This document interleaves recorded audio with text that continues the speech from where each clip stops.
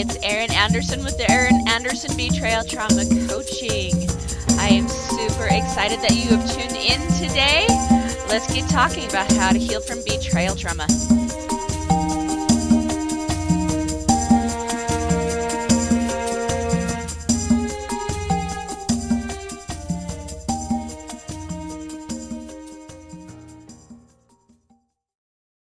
Hey everyone, welcome back to another episode of The Other Side of the Struggle.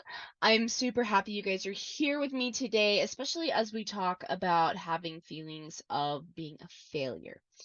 And part of the reason why this has come up this week is honestly because with my clients, with social media, with a lot of different people that follow me or talk to me, there's actually been kind of a resounding theme of feeling like they failed in some way. And I've noticed that this is actually a very common problem for people who have dealt with betrayal and trauma in general, especially in relationship trauma, from childhood trauma to any type of relationship trauma, marital trauma, right? And the reason being is because we tend to want to take some type of control over our lives. And when we're feeling like that control isn't there, or we're feeling disorganized, or we're feeling out of sorts in some way, it transmutes into feeling like a failure, like we've done something wrong. And so like I've heard a lot of people talking about like failing in their businesses, failing their kids, failing spouses, neighbors, failing their pets, like uh failing their coaches, failing their clients, failing in general. And I really want to make sure that I let you guys know how to navigate this and to give you some tools to help you get through this, because failure also has, or feeling like a failure also can, and I shouldn't say can, it does lead to feeling like hopelessness, uh the why should I even try, and it can often lead us to making really, really bad decisions because we tend to believe that we are nothing but a failure, right? People don't behave above what they believe about themselves. And so if we believe we're a failure, we tend to fail a lot. And we're all about success here. That's what I want to see. Healing is a success opportunity. And so feeling like taking on the failure identity is really kind of dangerous, and we want to be very careful with that. And so I want to talk about why. Like, why do we reach for that when when times are tough, when we're in that struggle? Like, why do we reach for the failure label? Well, number one, it's actually a safety thing. When we're in relationships that bring chronic trauma to us, through abuse, gaslighting, neglect, we really want to find a sense of safety. We want our relationships to be safe. We want our environment to be safe. Our brain is wired to keep us safe. And so when something isn't making sense or something becomes confusing and we're not quite sure of how to navigate things, all of a sudden that feeling of safety kind of gets ripped away from us. And the amygdala switches on, and you get immediately into that fight, flight, freeze, or fawn response, right?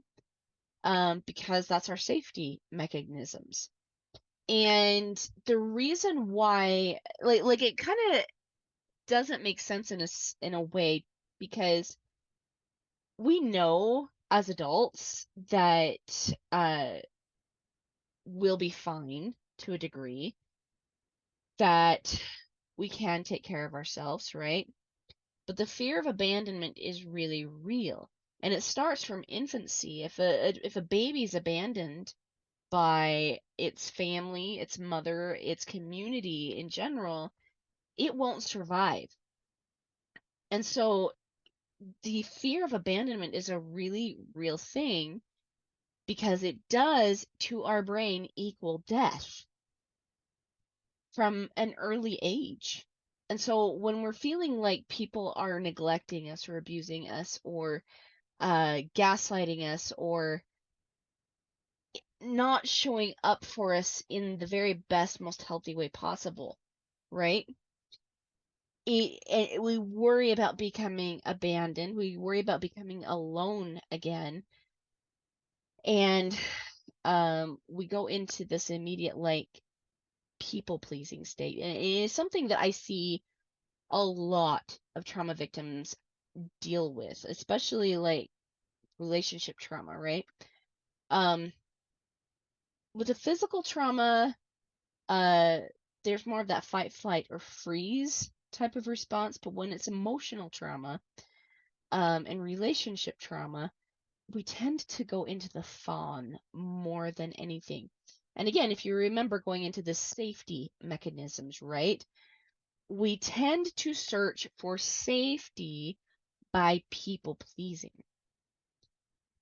Like, the thought process is, well, if I just do what they say, maybe they'll finally be happy with me and maybe they will be kinder or leave me alone, etc., etc., etc.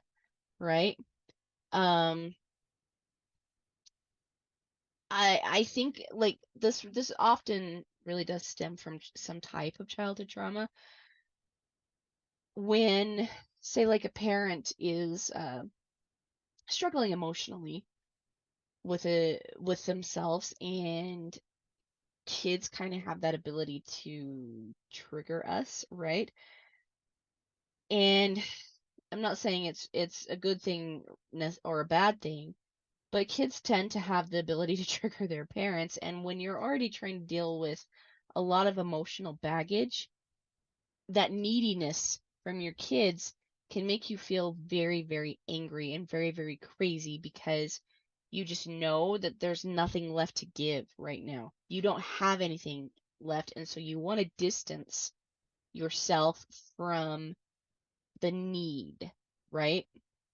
And so when a parent is feeling that way, they tend to maybe yell at the kids, scream at them, maybe say things that they wouldn't necessarily mean. And again, I'm not saying that this is right. I'm just saying that this is kind of what's happening. And so to the child, if this is a consistent problem, a chronic problem to them, they tend to get into this fawn response that if I just do everything they ask, maybe they'll finally be happy with me. Maybe I'll get some praise. Maybe I'll get some belonging, right?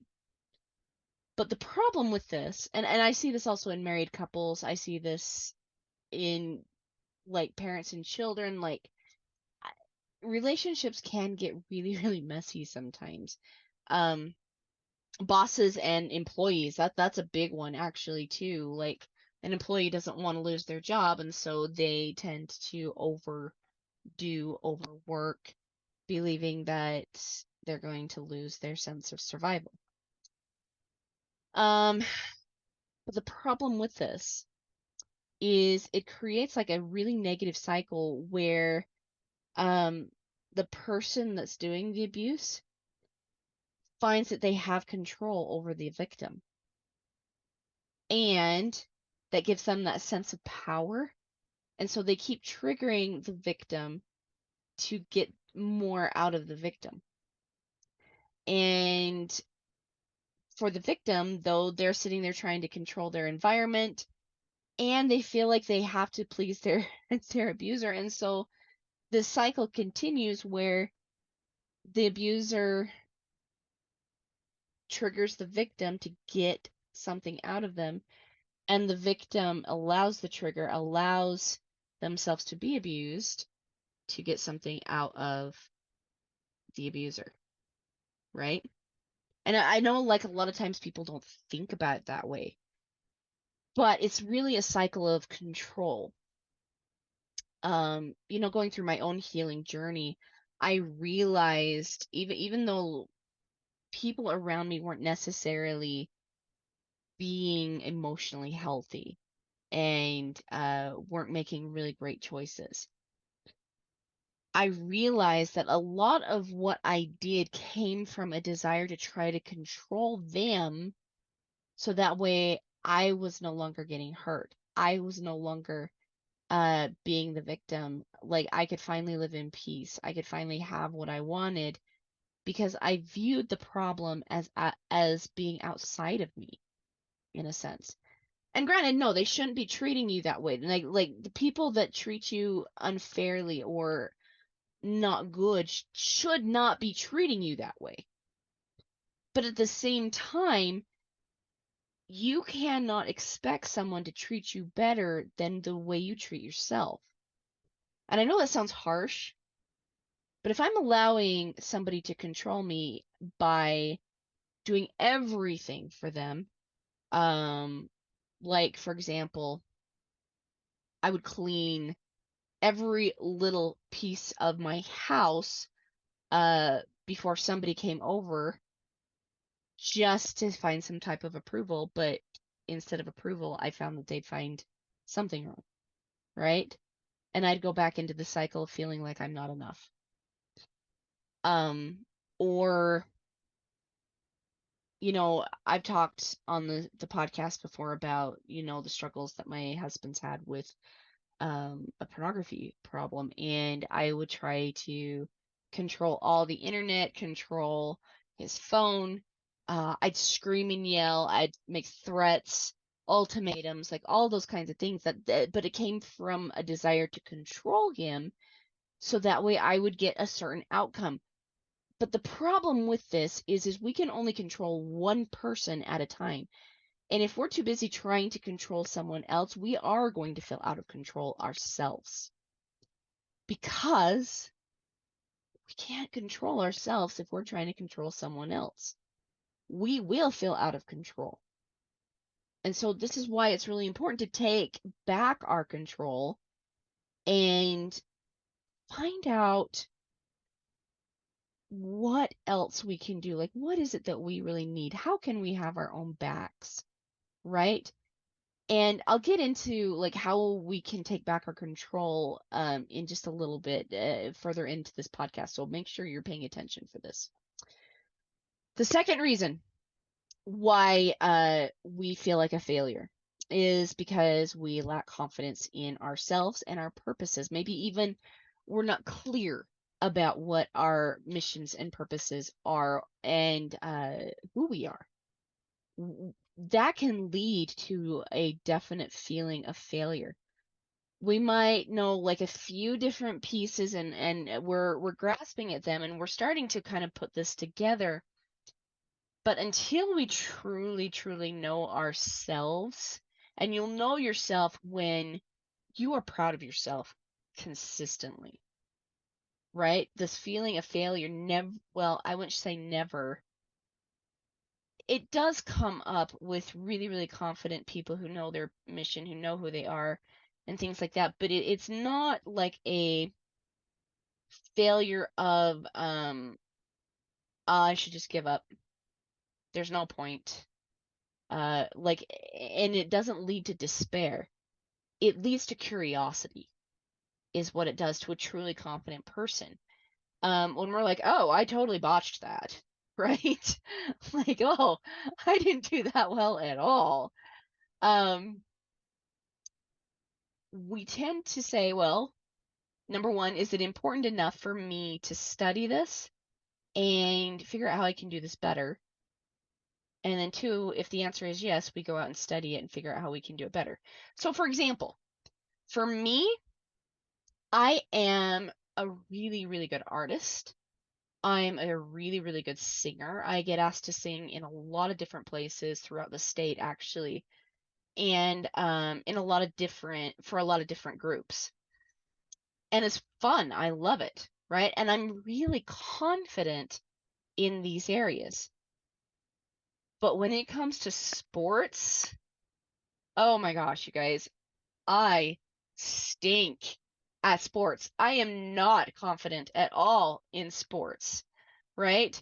Um, I remember playing volleyball with my sisters-in-law, and bless their hearts. Like, can I just shout out for them for just a second because they were so awesome just to invite me.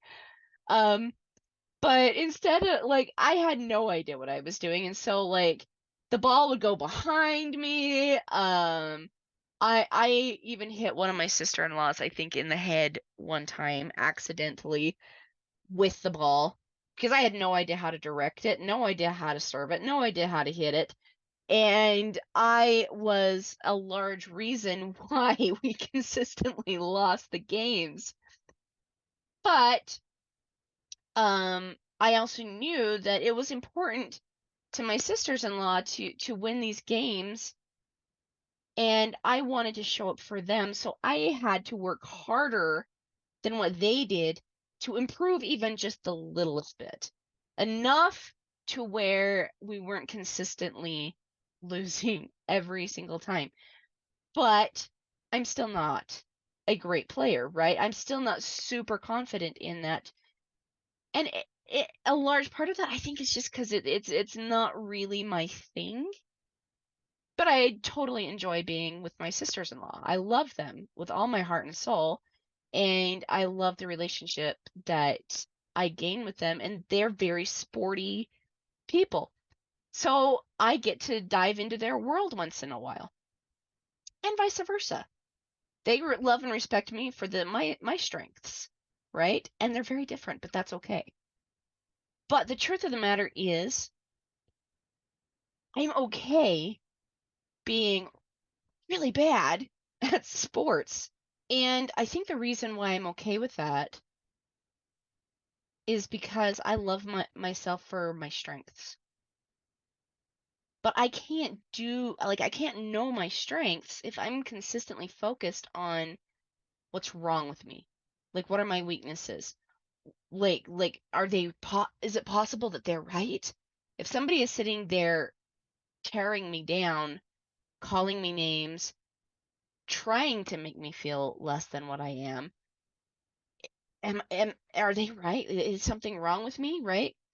And the thing is like it's easy to believe someone when they're constantly trying to tear us down because our brains are wired actually to believe more of the negative than what they actually are the positive. And the reason why they are is because we're also spiritual beings. We are created to improve, to progress, to do better. And if there's a flaw, we want to fix it. But it becomes overwhelming when we see flaw after flaw after flaw after flaw, and we focus on those things instead of our strengths, instead of the things that we're actually really, really good at. And I've heard people who get stuck in this feeling of failure and then this feeling of despondence say that they're not good at anything and that there's no purpose to their life anymore. And that's not true. What that is it's someone who is experiencing that lack of confidence and not really looking at their strengths, not really congratulating themselves for their works of art and their good intentions, their successes actually. Because there's really honestly, like if you sit back and you really look at your life, there really is more successes than failures. Every single day is a success. Sometimes even just getting out of bed is a success. Brushing our teeth is a success. Making sure we've cooked our breakfast is a success. Um, Sometimes like that's all simple successes. And yes, we want to build up to bigger successes, right? But we can't do that if we believe we're a failure. It doesn't work.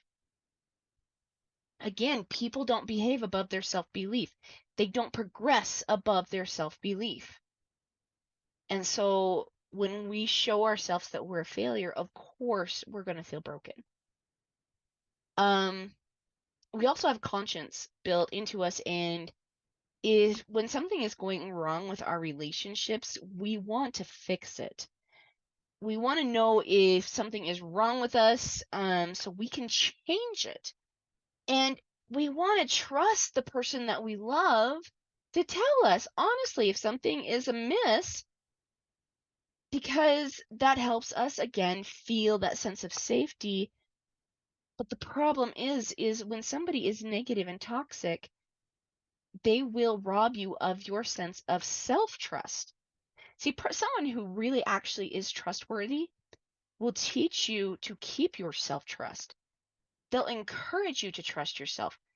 They will encourage you to see your successes, because that's what somebody who loves you does. But if all they do is focus on maybe your weaknesses and how you're not good at something, or they constantly are tearing you down, that is a person that you need to be very, very leery of. And someone who tears you down wants something out of you. That's the honest to gosh truth. And it's usually not something good. They are there to manipulate you, because manipulation always leads to negativity. And it's a chronic negativity. And we tend to believe there are experiences that are affirmed to us over and over and over again. Life reflected back at us, right? If somebody is going to consistently tell us that the fence is green, and somebody else comes by and says that the fence is green, and somebody else comes by and says the fence is green, pretty soon we're going to call that color green. We learn from other people.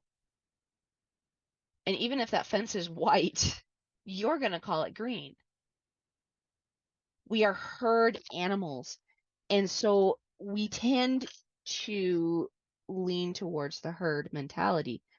We want belonging, right? And so because of that, we tend to believe experiences that are reaffirmed to us over and over and over again, even though they might not necessarily be true.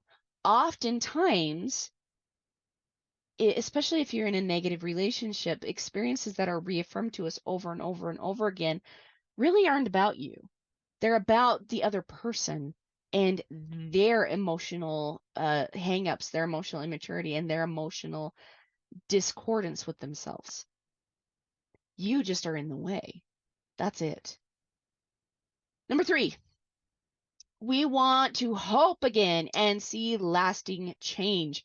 We know that we are inherently the only person that can change our lives for the better. Like I said earlier, it's just literally part of our spiritual DNA. Because we're spiritual beings, we are universal beings. We were created from love. We want to create with love. And through creation of love, we do see that hope, and we do see that lasting change. And so we are desperate to create those kinds of things. So we try to people please. We try to make ourselves less than and put somebody else above us. And we literally give our control over to people on a subconscious level. Like none of this is conscious, but it's our subconscious that controls our behavior more than anything. Okay. Someone who is actually consciously manipulating someone else, that person is quite sick, right? But most of the time, it's actually a subconscious problem, because it's our fears that are doing the talking over our faiths. And you've heard me say this too: faith and fear cannot exist together in the same hemisphere. So it's really important, therefore, that we live by faith over the fear. And someone, again, who lives by faith, faith in themselves, faith in their ability to make things better, faith in their ability to make decisions that are going to improve their lives, that is a person that isn't going to feel so much like a failure. We often wonder why nothing is going right in our lives and our relationships, but it's not always necessarily our fault. You have other people that are really, really having struggles around you too, and sometimes their struggles land on you, right? But then we take it on because we have our own emotional struggles, our own emotional turmoil, and we believe this to be something that's true. And the more that we view a lie as truth, the more we are grasping for hope and positive change. And the only thing that maybe we did wrong was to give up our power and our voice in some way because we valued, again, the relationship we have with them over our sanity and over ourself. We literally throw ourselves under the bus just to make someone else feel important or good enough or as good as, or et cetera, et cetera, et cetera. And that's never a good position. You get into relationships to be an equal with someone. And so if you are literally devaluing yourself to be in a relationship with someone, that needs to stop very quickly. And again, like I said, these are all subconscious behaviors in an attempt to create inner peace within ourselves and acceptance from other people around us. It's so important for us to have that sense of belonging, and so we tend to prioritize other people over ourselves, but that will never lead to belonging. Belonging is literally somebody prioritizing you as much as they do themselves. And so if you want belonging, you too have to prioritize yourself as much as you want someone else to prioritize you. Having safety is good. Desiring happiness of someone else is really good. To love is good. To have love in our lives is good. Having hope and positive change is good. But we tend to feel like a failure when we allow the negative voices to talk louder than our own voice. I talk about this as the shoulder angel, shoulder devil, right? I love the Emperor's New Groove. Kronk, he's just awesome. Like, that was a very brilliantly crafted character. And he's got this shoulder angel and the shoulder devil that are sitting there talking to him, and it's quite hilarious, honestly. But we have the same thing. We might not see them necessarily, but we have good and evil consistently pulling at us at all times. And we tend to listen to the negative, that adversarial voice, because it's a loud sucker. And that adversarial voice is talking to other adversarial voices from other people, trying to affirm to you that like what it wants you to believe. So it keeps you in a hopeless state, keeps you lost, keeps you feeling like that failure. This is why it's so important to get organized.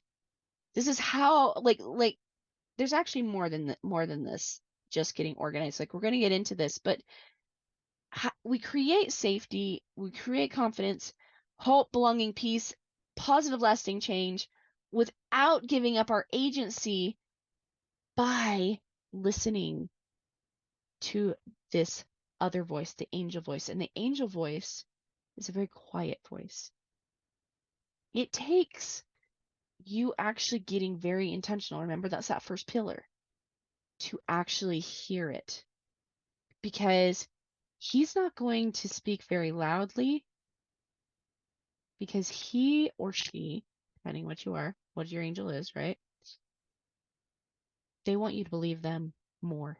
And they're going to have a hard time telling you or getting you to believe them if they're going to yell at you as loud as the negative voice. And so, if we're going to tune into the positive and that angel voice, number one, you've got to get organized. And I'm not talking about like necessarily organizing your environment, right? You guys, like I I love my house. I love my kids, but sometimes my house is an absolute zoo. Okay? I have 6 kids that live here from the ages of 16 to 2. And my 2-year-old, she's adorable. She's the sweetest thing ever. Like, you just look into those big brown eyes and you just want to, like, snuggle her. And those cute, cute, cute little curls, right? But she is an absolute tornado. I can clean one area and get it really, really, really super good. And I go into another area and I come back and find out that she's dropped ice cream all over my couch. And I keep the ice cream in the freezer. I really do.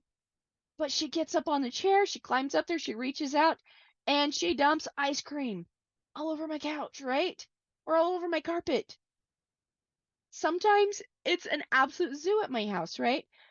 But I'm not necessarily talking about that type of organization. That comes after first when we organize our time, our thoughts, and our emotions. Then our environment will will follow, sorry, will follow that type of organization first. And the reason why this is because, again, it gets down into that intentionality, right? Things don't just randomly happen to us. If we're not being intentional enough to give ourselves some of our own time to really check in with our thoughts and our emotions and to get these things organized, we're going to feel chaotic. And that chaos feeds into this feeling of failure. Okay. Um, so looking at time, number one, if you want to get more organized in your time, go grab my freebie on erinandersonthetraumacoach.com.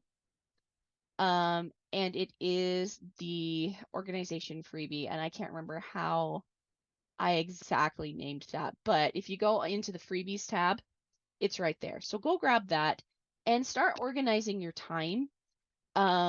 So that way you have time for yourself every single day, right?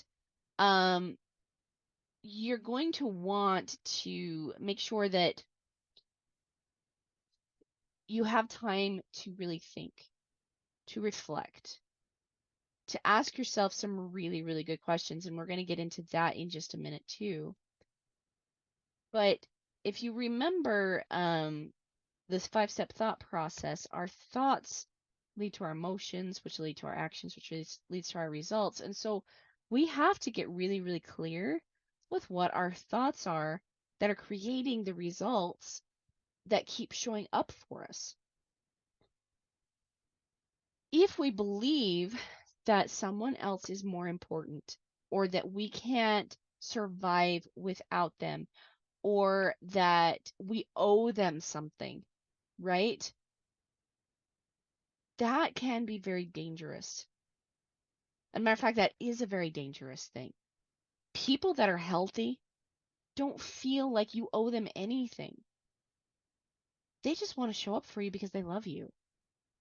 They like being around you.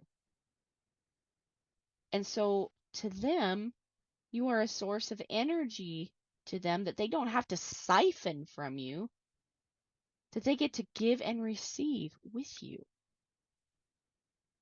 Number 2, stop giving your voice and your power over to other people, period.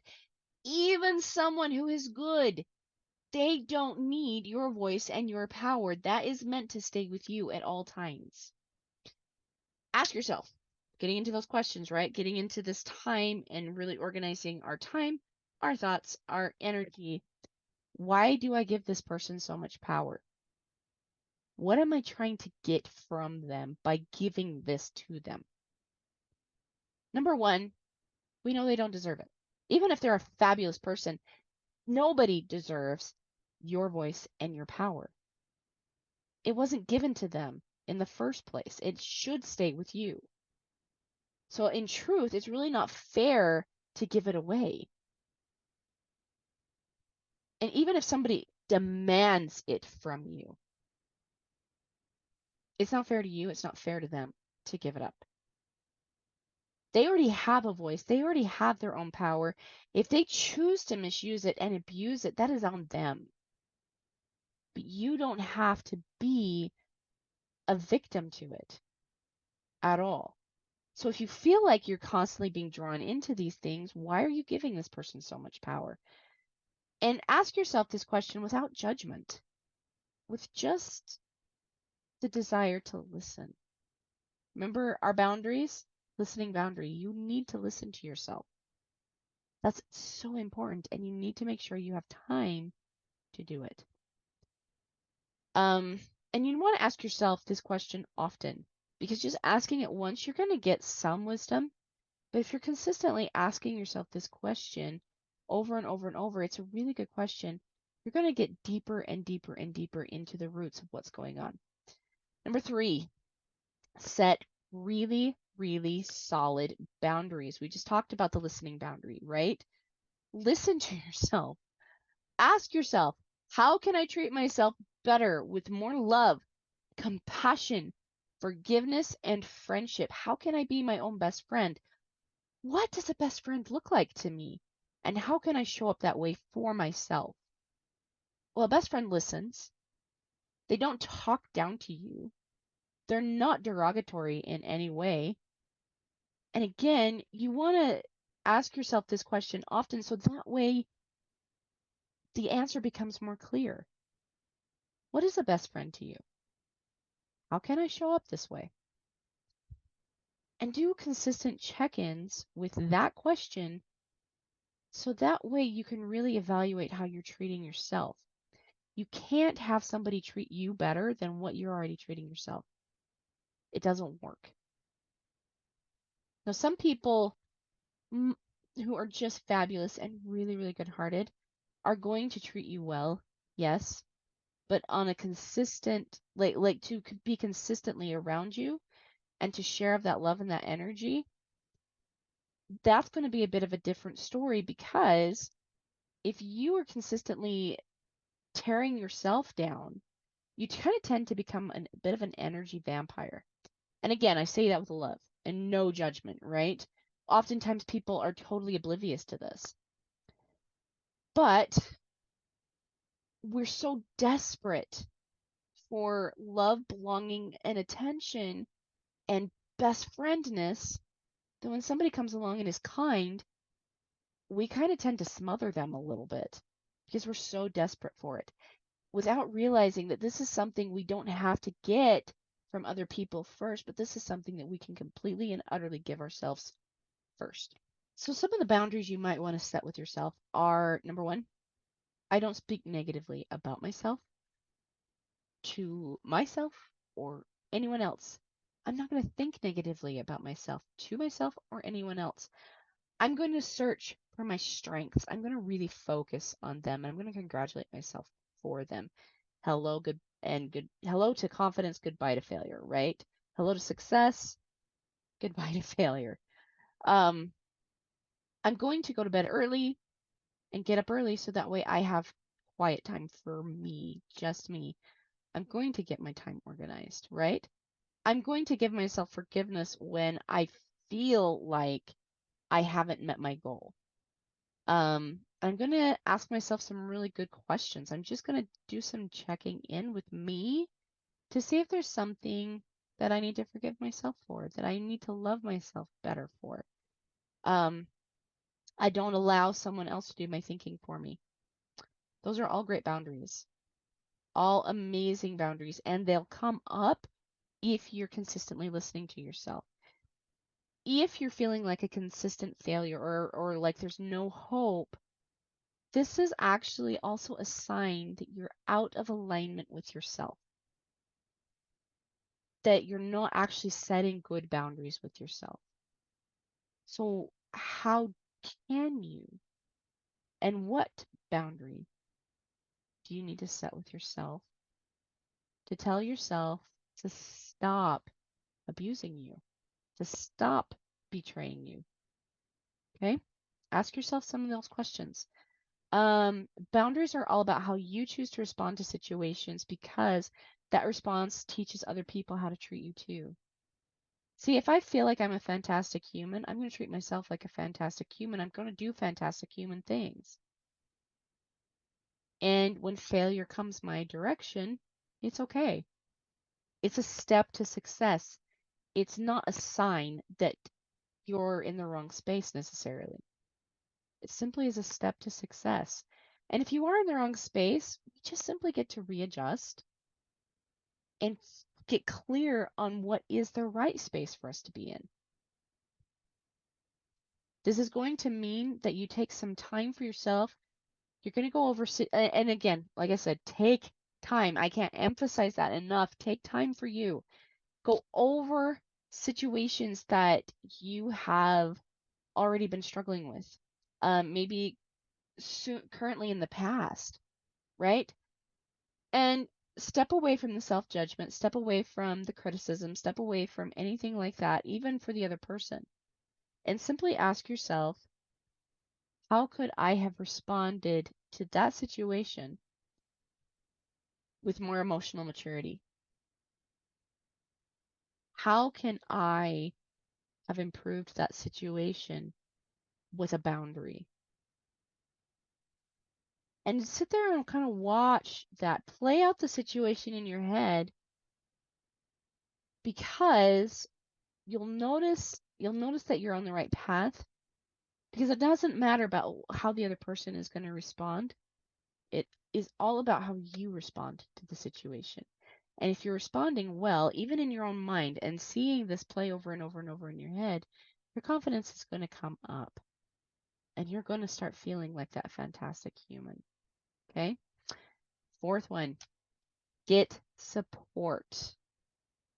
Get support. Get support. Whether that be through a therapist and or a coach, guys.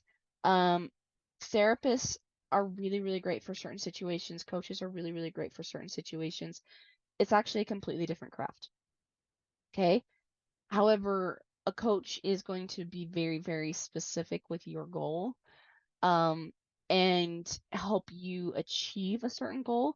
So if you're saying, hey, I want better relationships, I want to have more confidence, I want to stop the gaslighting, I want to create boundaries, right? Those are all fantastic things that a coach can work with you on. But a therapist, a really good therapist, I should say, so make sure you get a good one, they will help you with the mental side of things a lot too, which does help bring up the goal a little bit more. But a coach is going to be a little bit more focused on your timetable, right? And so they're going to give you like really, really specific things to do, whereas a therapist is going to help you like really, really rethink the situation a bit more. Okay. So that's kind of the two differences between coaching and therapy, but get support. I offer support, you guys. If you're someone who is really ready to take some serious action, schedule a call with me. Seriously, I would love to talk to you. And I'm going to be honest with you too. I'm not going to try to sell you something. If you aren't a great fit for me, and I'm not a great fit for you, I'm going to tell you. And I'm going to tell you, this is probably something you're going to need some therapy for. And I'll recommend some really fantastic therapists that I personally work with. And they do an amazing job. But if you're somebody that is really ready to get the coaching, I will talk to you about how we can work together and if that's something that is of interest to you. There's never any pressure. There's never any judgment. It's literally to assess the situation to see if we would be a good fit and for me to give you a few tools to help you along your journey, right? That is what those calls are for. But I've had people come onto the calls before that get allow distractions, get really, really distracted. They don't take what I say seriously. They argue with me on those things. And so if that's somebody if you're somebody that's going to do those things, no judgment. Again, but these calls are not for you.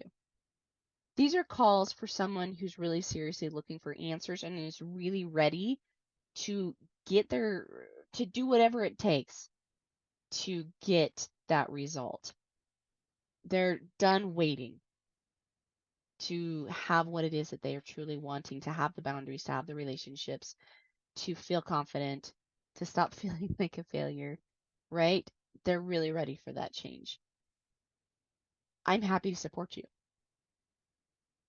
So I'm going to tell you guys, if that's you, go click on the link in the description below, whether you're on YouTube or whether you're listening to this. There's a description, and in that description is a link to schedule a call with me. And I'd love to chat with you and help you out in the very best way possible. And I'd love to meet you anyway. So go schedule that call. Okay? Get support. Get support. And if that's not for you, reach out to a therapist somehow. But these podcasts are great. Getting on YouTube can be great. Jimmy on Relationships, he's a fantastic YouTuber that I totally recommend for you guys. The thing is, though, is it's not individual support. The reason why working with someone on an individual basis is so powerful is because it gets tailored to you specifically. So this is why I say reach out, get support. Okay, do what it takes to get that support you need. All right, my loves, I hope this is helpful to you guys. There's never any reason why failure should lead to hopelessness. And if it does, and you're feeling like there's just no point in continuing, or you're even getting little hints of that feeling, okay? And feeling that despondency, there's no reason why it should. Check in with yourself. Give yourself some grace. Give yourself some love. And just ask yourself, what is one thing I can be consistent with today? Start creating some different habits that you can be consistent with. And I've given you a list of some really good ones, right? And the more we start creating different habits for ourselves, the more we start having our own back, learning that we can trust ourselves, that we're going to do the right thing, and we start to see really, really lasting change. All right, my loves. Mwah. Hope this was helpful for you guys, and I will see you next week on the other side. Bye, guys.